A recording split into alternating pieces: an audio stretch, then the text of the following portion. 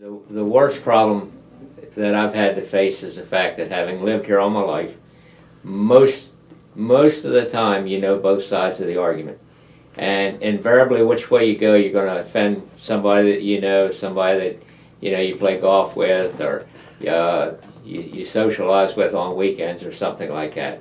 On the other hand, it's been kind of gratifying because people don't mind telling you what's on their mind. If they see me on the street or church or in the grocery store or something like that, I can get buttonholed real quick and told what's happening and why I ought to be looking at this or doing something else.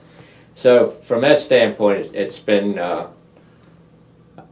fun might be an overused word, but it's been enjoyable.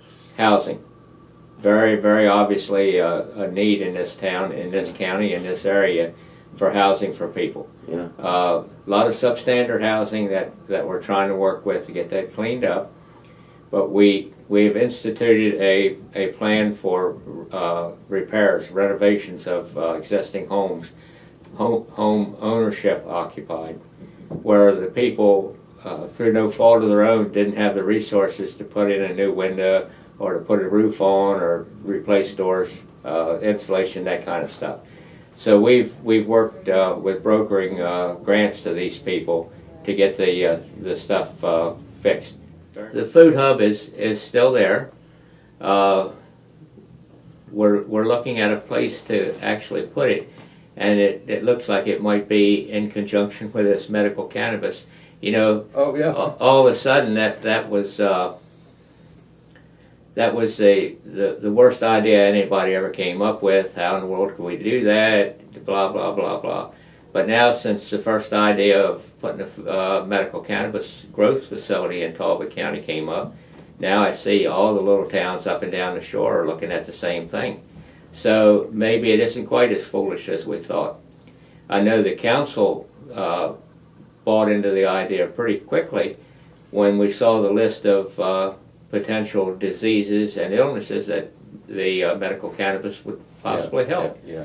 So once we do that, it was just a done deal, really, to get it done. Well, the one most talked about is the old Black & Decker building. Okay, that's still alive. That's still alive. Okay. And it's over 200,000 square feet, and there would be about 20 to 30,000 square feet that would be available there for the food hub.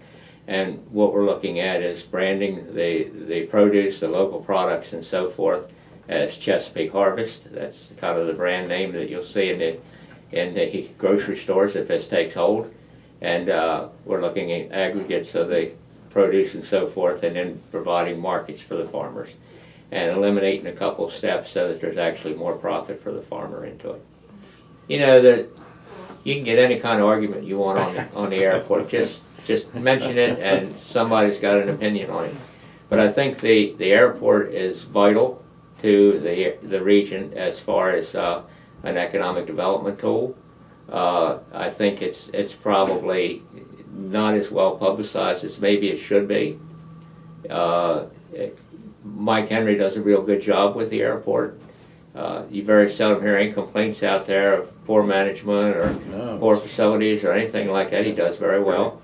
But I don't see in the foreseeable future that airport extending the runways to the point where they're going to have to take the Black & Decker building down. Mm-hmm. It seems like there's enough room, if it's used properly, that they could go ahead and squeeze it in there, work it out. Now, if I was looking at Port Street, we're going to one phase of it tonight, and that's the Eastern Shore Land Conservancy building, the old McCord's building. Yeah, right. That's right in the middle of the operation, but to their credit, they've done a magnificent job with that facility, and that looks like that's going to be first class. Yeah.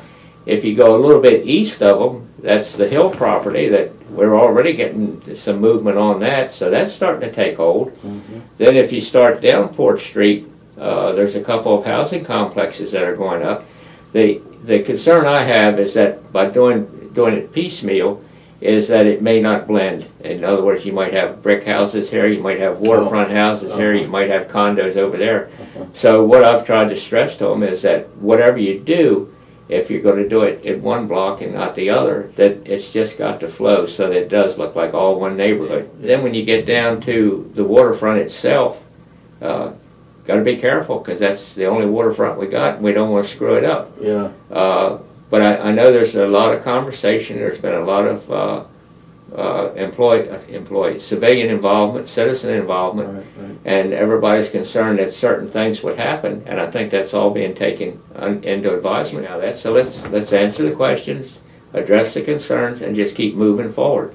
It's probably a 10 to 15 year project at the very least. Yeah, right. But if we don't get started, I know it is never going to get done. Never going to happen. So there's a lot of interest now. So let's go after it. What are the issues that are coming up that you'd like more people to weigh in on? Well, first off, we've got a perfectly nice 310-year-old town that I think some of the infrastructure must be 310 years old because it's breaking on us faster than we can get it repaired. We have major repair projects with the sidewalks, the gutters, the curbs, and so forth. We have a couple of really big street repairs that are going to come up probably in the spring. We can't get started now because bad weather will set in. We won't be able to pave. We probably won't be able to dig. It'll just be a mess for a period of time. So probably in the spring people are going to see another sudden boost in Aurora Street, for instance, Harrison Street, where there are stormwater problems, where there are actually street bed problems that we're going to have to get started on. So I would ask people, it's got to be fixed, guys. Be patient, work with us on this. If there are issues, let us know. We'll try to address them. But it's got to be fixed. If you don't fix it, you turn your head on it, it's going to be a real mess. How do you think the Aurora project turned out? I was okay with that. For some reason, all of a sudden, we're doing all the work at one time instead of putting the road in and then coming back in 2 weeks and digging it up and putting a pipe in or something like that. So everybody has their chore to do and had their work to do, so let's go ahead and get it done.